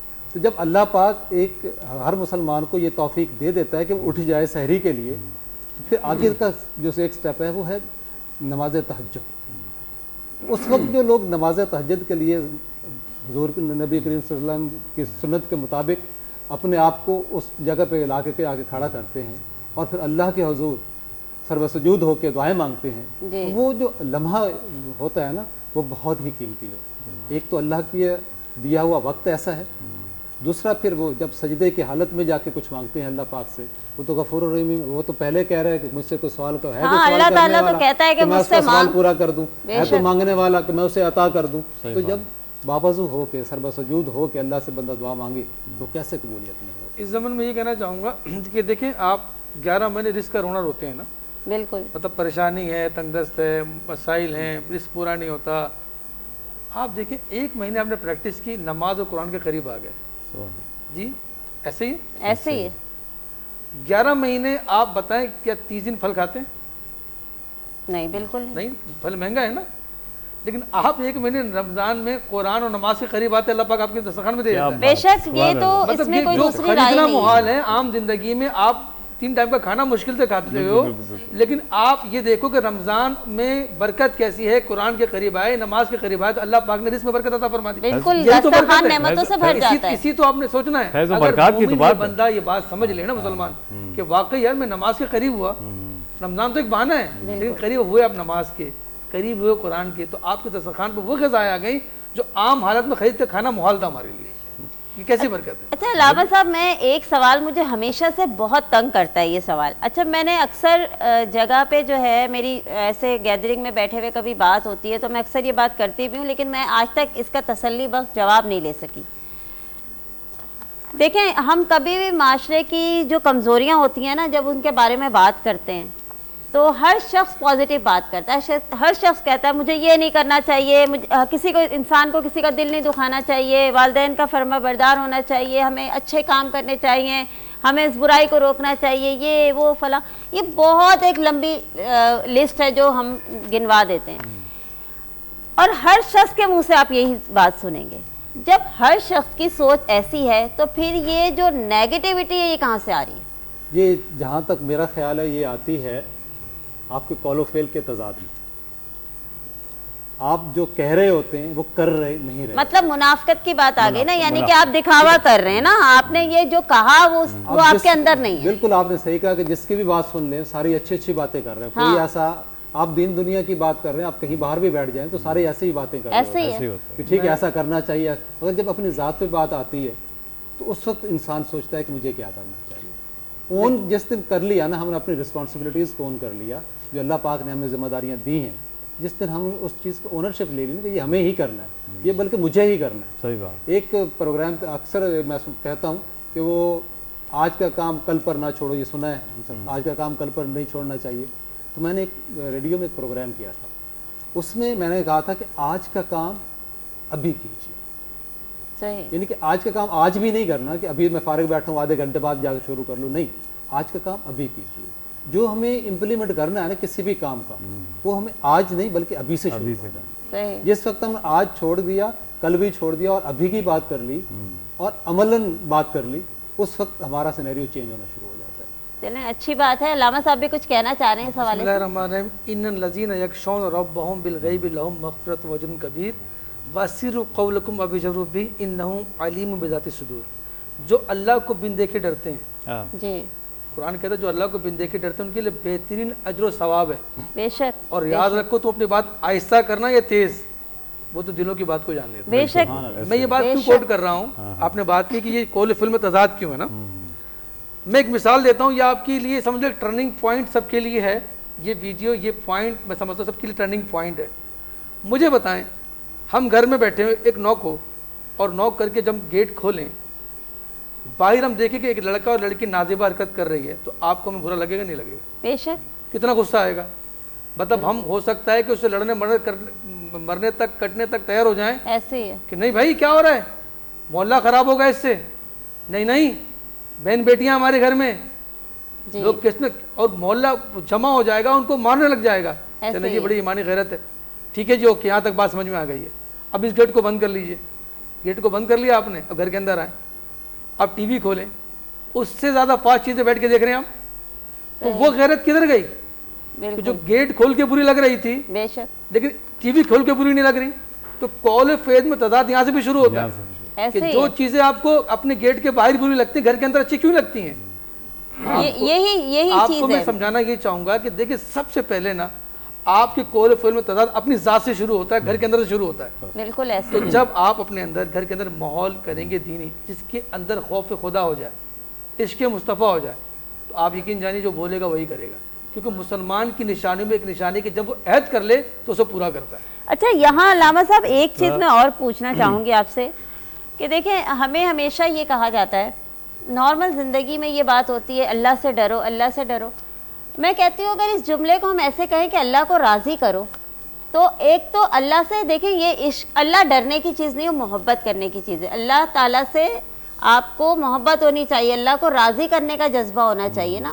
اللہ مطلب ایک ایسی ہستی ہے جس کی رحمتوں کی اگر ہم بات کریں تو لاتعداد، نعمتوں کی ہم بات کریں تو لاتعداد، جس کی ہم اگر بات کریں کہ جی اللہ تو اپنے بندے سے 70 ماہوں سے زیادہ محبت کرتا ہے، تو پھر یہاں اگر ہم بات کریں تو اس میں بھی اللہ تعالیٰ کے آپ کوئی ثانی نہیں آپ کو ملے گا، تو پھر وہ تو محبت کرنے کی، وہ تو راضی کرنے کی چیز ہو گیا نا، وہ تو پھر یہ تو ہوا ہی نہیں کہ وہ ڈرنے کی۔ تو یہ ہمیں خدا سے جو ڈرانے والا عنصر ہے، آپ کو نہیں لگتا ہمیں معاشرے میں اس کو تھوڑا سا کم کرنا چاہیے؟ ڈرنا نہیں ہے اللہ سے، اللہ کو راضی کرنا ہے۔ بسم اللہ الرحمن الرحیم، یہاں پر خلیفۃ المسلمین جناب صدیق اکبر رضی اللہ تعالیٰ عنہ کے ایک قول کو کوٹ کروں گا۔ وہ کہتے ہیں کہ اگر اللہ حکم دے کہ دنیا کے سارے لوگ جنت میں جائیں گے اور ایک بندہ جہنم میں جائے گا، تو مجھے یہ خوف ہوگا وہ بندہ میں ہی ہوں گا۔ بالکل۔ اور اگر اللہ کہے کہ دنیا کے سارے لوگ جہنم میں جائیں گے اور ایک بندہ جنت میں جائے گا، تو میں اللہ سے امید کروں گا وہ بندہ میں ہوں گا۔ صحیح۔ معنی کیا ہوا؟ ہم نے اپنے اندر خوف اور امید دونوں کی فضا قائم رکھنی ہے۔ صحیح۔ ایسا نہیں کہ امیدیں باندھتے چلے جائیں کہ اللہ میں بخش دے گا، نمازیں چھوڑ دیں بخش دے گا، قرآن نہ پڑھیں اللہ بخش دے گا، والدین نہیں، یہاں اللہ کو راضی کرنے کا عنصر آ گیا نا، اللہ راضی ہوگا ہماری نماز پڑھنے سے۔ اسی طرف ہی آ رہا ہوں، ہم نے امید رکھنی ہے، ہم نے خوف رکھنا ہے، اس کے درمیان دونوں باتوں کا مقصد کیا ہوتا ہے کہ اللہ راضی ہو جائے۔ ٹھیک ہے جی، حضور کھڑے ہوئے، بتاؤ بھائی نماز کیوں پڑھتے ہو؟ ایک صحابی رسول نے کہا کہ اے اللہ کے نبی اس لیے نماز پڑھتے ہیں کہ اللہ ہمیں جنت مل جائے۔ کہا یہ تو لالچ ہے۔ ایک اور صحابی کھڑے، رسول اللہ ہم اس لیے پڑھتے کہ جہنم سے ہمیں آزادی مل جائے۔ تو کہا یہ تو خوف ہے۔ ایک اور صحابی، رسول اللہ جنت کے لیے پڑھے تو آپ نے کہا کہ لالچ ہے، دوزخ سے بچنے کے لیے کہا آپ نے کہا خوف ہے، تو نماز کیوں پڑھیں؟ تو حضور نے فرمایا کہ آپ نماز پڑھو اللہ کی رضا کے لیے۔ واہ کیا بات، یہی میں نے کہا نا، اللہ کی اللہ کی رضا رضا کے لیے، لیکن ساتھ ساتھ خوف اور امید بھی رکھنی ہے ہم نے۔ دنیا کے سارے کام اللہ کی رضا کے لیے ہی ہوتے ہیں۔ اور میں یہ چاہتا ہوں کہ جو آڈینس ہمیں دیکھ رہے ہیں، ابھی ہم جو سحری کی طرف بڑھ رہے ہیں نا، آج جو لوگ سحری کی طرف پڑھ بیٹھتے ہیں نا، خدا رہا یہ بڑا اہم وقت ہوتا ہے۔ بے شک۔ جب سحری میں افطار میں آپ بیٹھتے ہو تو اللہ تبارک و تعالیٰ کیا بھی فرماتے کہ اللہ تبارک و تعالیٰ، بعض روایتوں میں 10 لاکھ آیا، بعد میں آیا لاکھوں لاکھ، 70,000، 7 لاکھ، مختلف روایتوں مختلف باتیں آئیں کہ اللہ تبارک و تعالیٰ ایسے لوگوں کو جنت کے پروانے دے دیتا ہے جو اس وقت دعا مانگتے ہیں، ایسے لوگوں کو جنت کے پروانے دیتا ہے جن پر جہنم واجب ہو چکی ہوتی ہے. صحیح بات. تو اس وقت کو ضائع نہیں کریں، سحری کے وقت قریب ہو رہا ہے، تو جب دسترخوان لگا کے بیٹھے نا تو آپ اللہ سے دعا ضرور کیجیے گا. بے شک اللہ تعالیٰ سے دعا بالکل مانگنی چاہیے. یہ اوقات ایسے ہوتے ہیں کہ جب اللہ تعالیٰ آپ کی دعائیں قبول کرتے ہیں، تو اس موقع کو کبھی ضائع نہیں کرنے دینا چاہیے. اس پروگرام کو مزید آگے لے کے چلیں تو میں چاہوں گی کہ ہمارے یہاں ایک بھائی بیٹھے ہوئے ہیں شوکت علی، تو وہ بارگاہ رسالت میں نعت مقبول پیش کریں.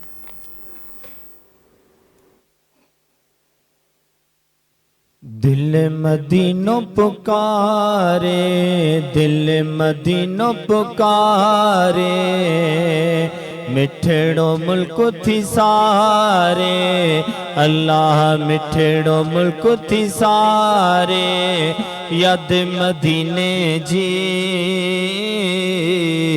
اندر مجھو گارے، یاد مدینے جی اندر مجھو گارے، جنت آہے مدینو، جنت آہے مدینو، جیل سکے پیو تھو سینو، دل بر جو درڑو مولا مکھے دکھارے، دل بر جو درڑو مولا مکھے دکھارے، دل مدینوں پکارے، مٹھڑو ملک تھی سارے، یاد مدینے جی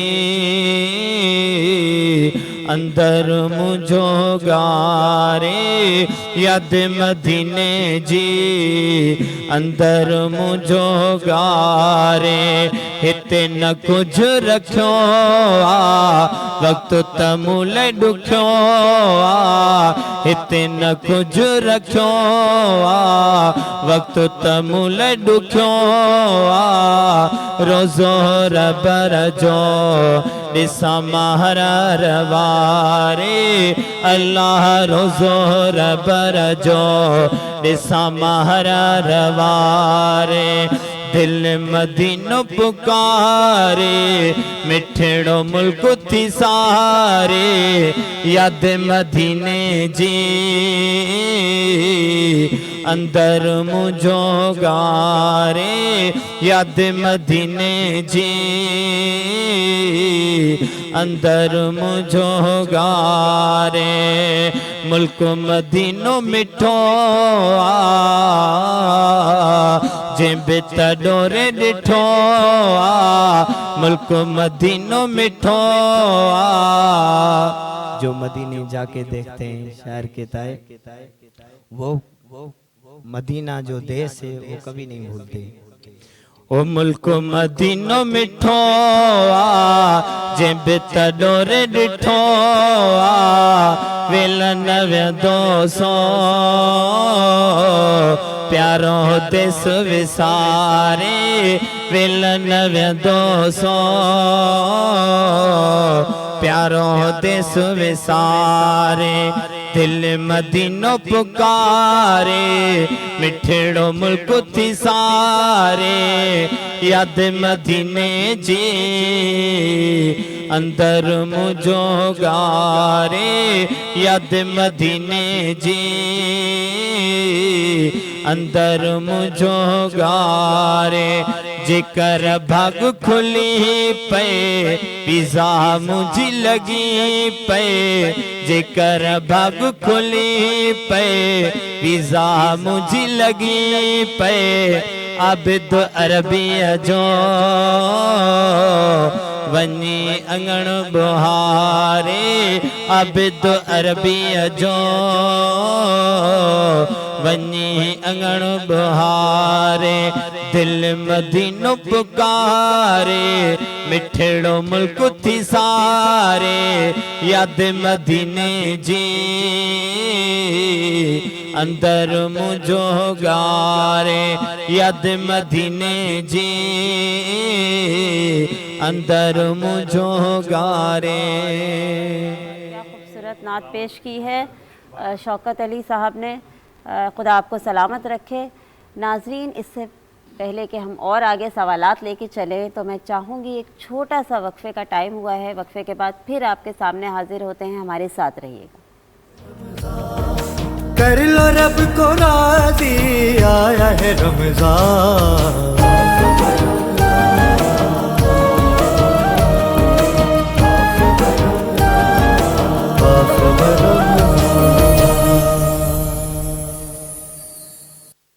نعمت بانٹتا جسم تو وہ ذیشان گیا، نعمت بانٹتا جسم تو وہ ذیشان گیا، نعمت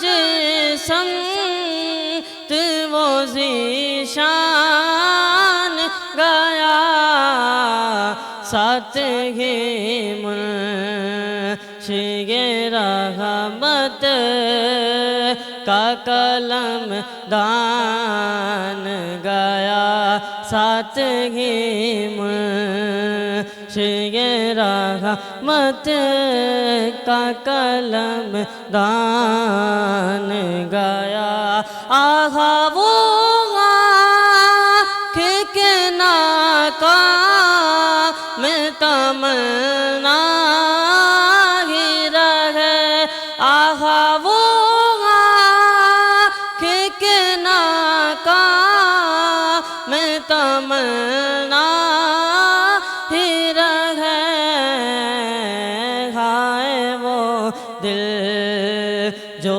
تیرے قدموں پہ قربان گیا، ہائے وہ دل جو تیرے قدموں پہ قربان گیا، نعمت بانٹتا جسم تو وہ ذیشان گیا۔ سبحان اللہ سبحان اللہ، بہت خوبصورت نعت پیش کی ہے یہ ہمارے چھوٹے سے نعت خواہ نے، اللہ تعالیٰ آپ کو سلامت رکھے۔ ناظرین، رمضان کا مہینہ نعمتوں اور برکتوں سے لبریز ہے، یہاں ضرورت اس امر کی ہے کہ ہم اپنی تربیت اور اصلاح پہ بھی تھوڑا سا کام کریں۔ اللہ تعالیٰ کی بہت خوبصورت دین ہے یہ ماہ مبارک، تو ہمیں اسے ضائع نہیں کرنا ہے، ہمیں اس میں اپنی تربیت کرنی ہے، اپنی اصلاح کرنی ہے، تاکہ آنے والے وقت میں ہم اپنے آپ کو خود زیادہ سے زیادہ بہتر بنا سکیں، کیونکہ جب ہم خود بہتر ہوں گے تو ہم آگے معاشرے میں ایک پازیٹیو رول پلے کر سکیں گے۔ اور وہی بات آتی ہے کہ ہر شخص خود اپنے بارے میں اگر یہ سوچے گا تو میرے خیال سے کافی تبدیلی آئے گی۔ ہم چلتے ہیں اپنے مہمانوں کی طرف جو ہمارے پینل کا حصہ ہیں، لیکن آج ہمارے مہمان ہیں، تو میں اب ایک چیز اور اپنے مہمانوں سے پوچھنا چاہوں گی کہ رمضان کے مہینے میں ہماری توقعات بڑھ جاتی ہیں، اچھا ہماری ذمہ داریاں بھی بڑھ جاتی ہیں۔ آپ کیا سمجھتے ہیں کہ رمضان کے بعد جب رمضان ختم ہو جاتا ہے تو اس کے بعد جو باقی کے 11 مہینے جو ہمارے چلتے ہیں، کیا ہم یہ جو ایکٹیویٹیز رمضان میں ہماری ہوتی ہیں، کیا یہ ان 11 مہینوں میں اس طرح پریکٹس ہو پاتی ہیں؟ ہاں، آپ نے صحیح کہا۔ بیسیکلی توقعات بھی وہیں ہوتی ہیں نا جہاں امیدیں وابستہ ہوتی ہیں۔ اللہ کے حضور ہمیں اتنے امیدیں وابستہ ہیں، اللہ تو 12 مہینے ہے نا، سنیں آگے سن لیجیے گا، اللہ کے حضور ہمیں اتنی امیدیں وابستہ ہیں کہ ہم صرف رمضان ہی میں نہیں باقی مہینوں میں بھی اسی طرح ہی ان سے امیدیں لگائے رہتے ہیں، اسی طرح ہی دعائیں کرتے ہیں۔ یہ تو ہماری غفلت ہے نا کہ ہم اس ماہ رمضان کو جس طرح سے گزارتے ہیں باقی مہینوں کو اس طرح سے نہیں گزار پاتے، تو یہ ہماری غفلت ہے۔ بیسیکلی ابھی آپ نے کہا کہ اللہ کو راضی کرنے کی بات کیا کریں، تو یہ تو وہ مہینہ ہے نا کہ اللہ کو راضی کرنا ہے، اور بیسیکلی 12 مہینے راضی کرنا ہے۔ بیسیکلی انسان لالچی ہے جی، بائی نیچر نا، انسان لالچی ہے، تو جہاں انسان لالچ ہوتا ہے نا وہاں جلدی اس کی توقعات بھی چینج ہو جاتی ہیں۔ ماہ رمضان میں اتنا لالچ ہے نیکیوں کا کہ ایک نیکی کرو تو 70 کا ثواب، 700 گنا کا ثواب، یا اس سے بھی ہزاروں گنا کا ثواب، تو اتنی توقعات جب انسان اللہ کی امید رکھتا ہوئے یقین رکھتے ہوئے، اللہ سے امید تو ہونی بھی نہیں چاہیے، اللہ پہ تو یقین ہونا چاہیے کہ یہ ہمیں ملنا ہی ہے اور انشاءاللہ وہ ملے گا ہی۔ جہاں تک باقی مہینوں کی بات ہے وہ بھی ہمیں کوشش وہی کرنی چاہیے جو اس ماہ رمضان میں کر رہے ہیں، اسی طرح نماز بھی پڑھنی چاہیے، تہجد کے لیے بھی اٹھنا چاہیے اور اپنی امیدوں کو یقین میں بدلنے کے لیے باقی 11 مہینے بھی اسی طرح ہی گزارنے چاہیے۔ میں اسلم صاحب کی طرف میں جاؤں گی، یہ جو خدا کا خوف ہمیں صرف رمضان میں ہوتا ہے، تو یہ 12 مہینے باقی کے جو 11 مہینے ہیں، تو آپ کو نہیں لگتا کہ خدا تو تب بھی دیکھ رہا ہے؟ میں اسی کے ان کی بات کو میں ملک صاحب کی بات کو کنٹینیو کروں گا کہ ہمیں اس میں لالچ ہوتا ہے کہ 70 گناہ اور یہ ساری چیزیں، تو میں یہی اسی جانب آنا چاہ رہا تھا کہ میں یہ سمجھتا ہوں کہ یہ ہمارا جو مہینہ ہے نا، 11 مہینے جیسے بھی ہم نے گزار لیے، لیکن یہ ایک تربیت کا مہینہ ہے۔ یہ ہمیں میرا سوال یہی ہے اسلم صاحب، 11 مہینے جیسے بھی کیوں گزارے؟ ہاں میں بتا رہا ہوں نا آپ کو کہ یہ اللہ تو تب بھی دیکھ رہا ہے نا ہمیں، اللہ کا خوف تو ہمیں تب بھی ہونا چاہیے۔ کیا 11 مہینے ہمیں یہ کہتے ہیں کہ ہم اسلام کی پریکٹس سے باہر چلے جائیں؟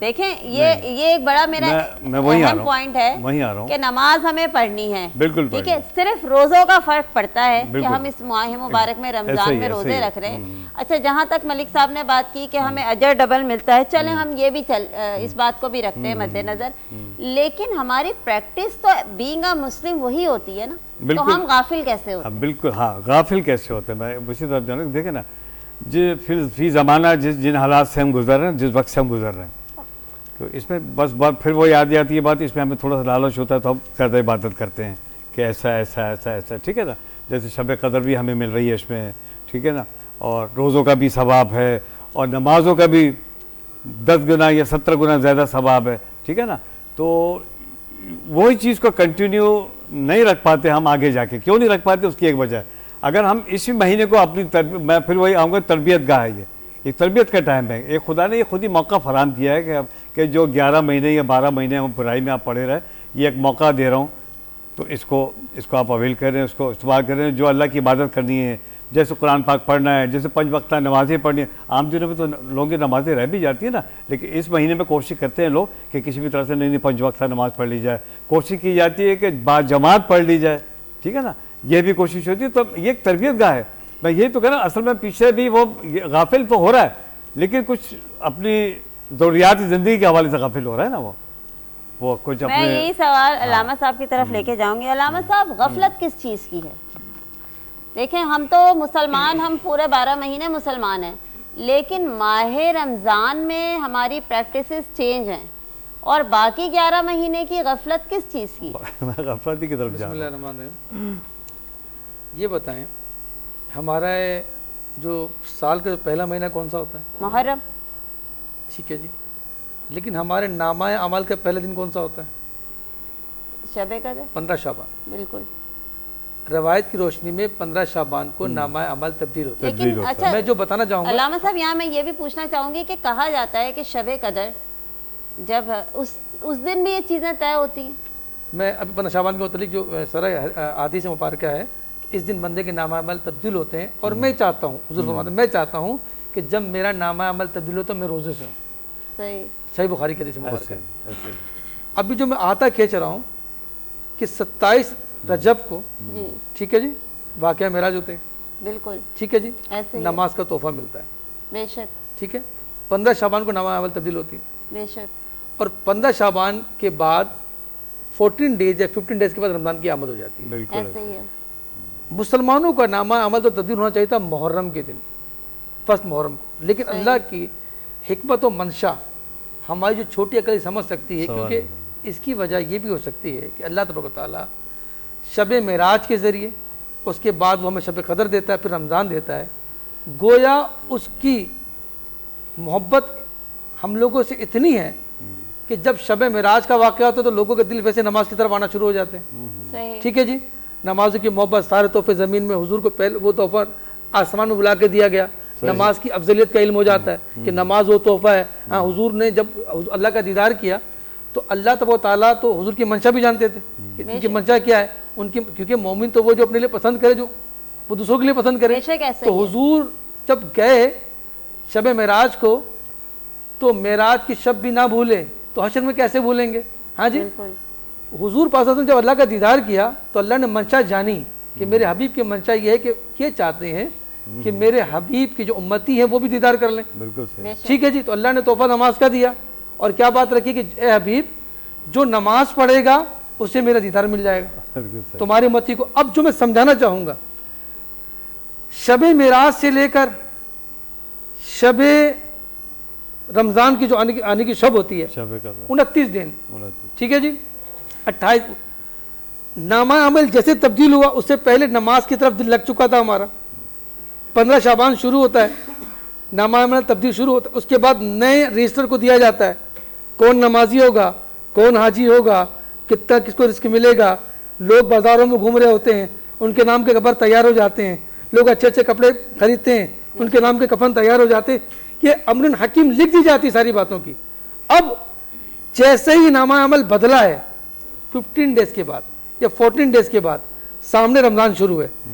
گویا رب کی منشا یہ چاہتی ہے کہ میرے بندوں کے آخری پیجوں میں یا شروع کے پیجوں میں یہ نمازی لکھا جائے، شروع کے پیجوں میں نمازی لکھا جائے، اس کا دل نمازوں کی طرف آ جائے. تو گویا اللہ نے ہمیں 15 شعبان کو نامہ عمل جو تبدیل کیا اس کی منشا بھی ہے کہ بندہ پریکٹس سے باہر نکلے. 15 ڈیز یہ اور 13 ڈیز رمضان کے 45 ڈیز ہمیں پریکٹس کے دیے جاتے ہیں.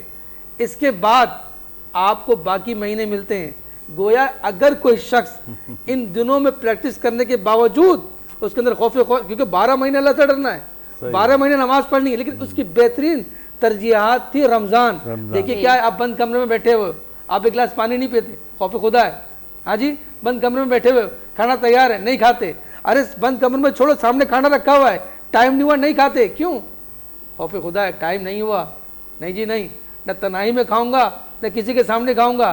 یہ خوف ہے، یہ خوف ہے. روزہ ٹوٹ جائے گا، اچھی بات ہے، اللہ کا حکم ہے، فرض ہے، روزہ ٹوٹ جائے گا. لیکن آپ مجھے بتائیں حقوقی بات، اللہ ناراض نہیں ہوگا؟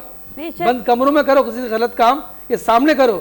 تو آپ نے یہی پریکٹس رکھنی ہے کہ جو رمضان میں پریکٹس ہے کہ میں کھانا نہیں کھاؤں گا، اللہ دیکھ رہا ہے، اللہ ناراض ہو رہا ہے. یہی پریکٹس اگر آپ اس میں کرنے میں کامیاب ہو جاتے ہو تو مومن کے دن حسین و ترین ہو جاتے ہیں. 12 کے 12 ماہ وہ اللہ سے ڈرے گا، گویا وہ رحمان کے راستے کی طرف جائے گا، شیطان کے راستے کو ریجیکٹ کر دیتا ہے. کیا خوبصورت بات کہی ہے علامہ صاحب نے، بڑی خوبصورت اس کی تصحیح کی ہے اور بڑا خوبصورت ایک انہوں نے ہمیں راہ بتائی ہے کہ واقعی اس مسلسل پریکٹس جو ہے وہ آپ کو باقی کے جو مہینے ہیں اس میں بھی پازیٹیو رکھے گی. میں چاہوں گی کہ میں ایک نعت رسول مقبول اپنی بہن ارم فاطمہ سے درخواست گزار ہوں کہ آپ ایک نعت پیش کریں.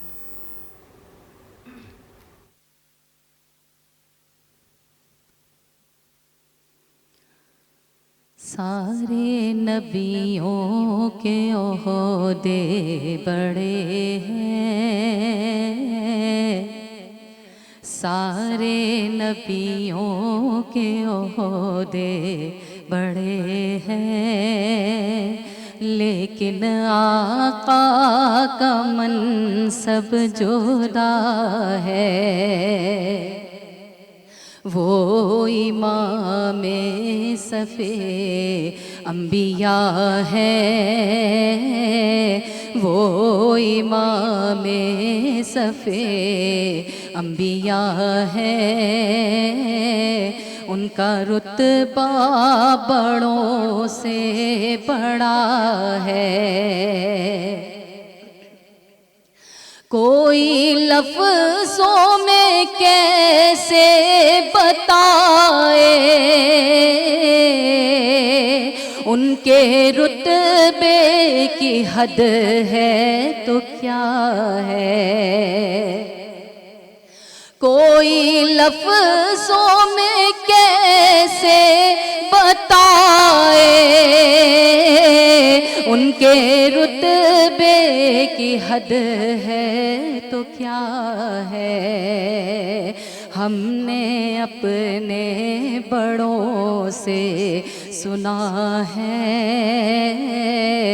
صرف اللہ ان سے بڑا ہے.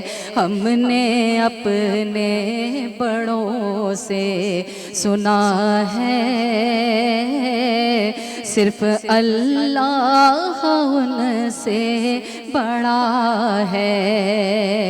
وہ امام صفِ انبیاء ہیں, ان کا رتبہ بڑوں سے بڑا ہے. وہ جو ایک شہر نور الخدا ہے,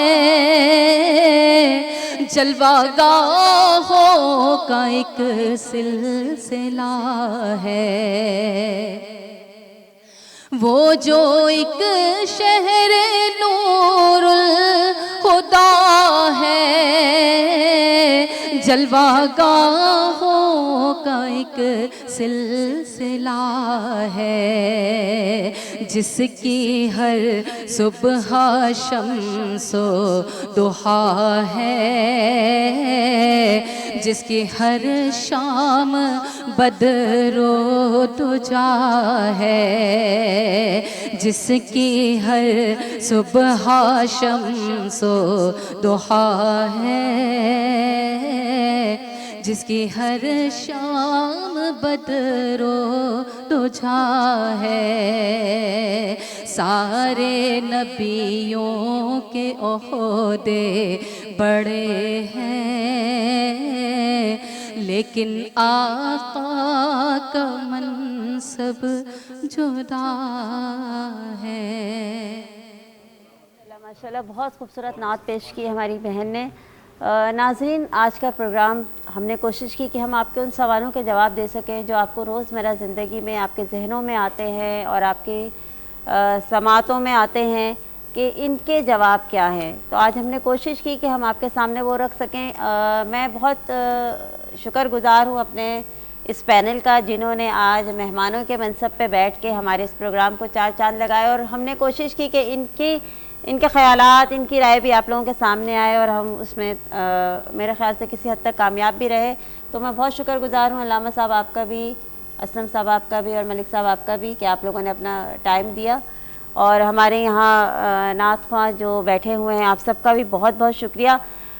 پروگرام اختتام پر ہے, اور جاتے جاتے میں چاہوں گی کہ یہ نعت سے ہم پروگرام وائنڈ اپ کریں. تو آپ سب کا بہت شکریہ. انشاءاللہ اگلی سحری میں پھر آپ کے سامنے حاضر ہوں گے. ہمارے اس پروگرام میں ہمارا ساتھ دیجیے گا, ہمارا حصے بنے رہیے گا. ہم پھر انشاءاللہ کل آپ سے پھر ملاقات ہوگی نیکسٹ سحری میں. خدا حافظ.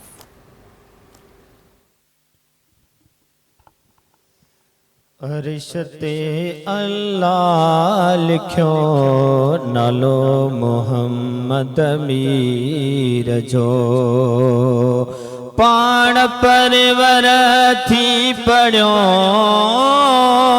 پان پرور تھی پڑھو نالو محمد امیر جو.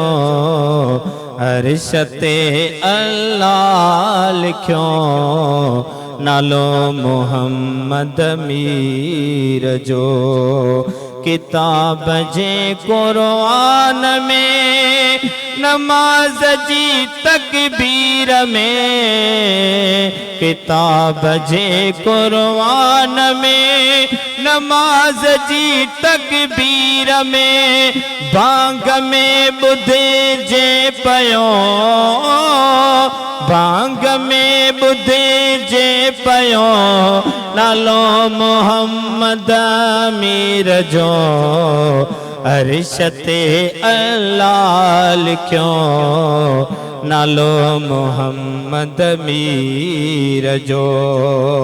کلم میں آسیر پیو, اسم میں اڑو تاثیر ہو, کلم میں آسیر پیو, اسم میں اڑو تاثیر ہو. کل کے قدرت تھی لکھو, کل کے قدرت تھی لکھو نالو محمد امیر جو.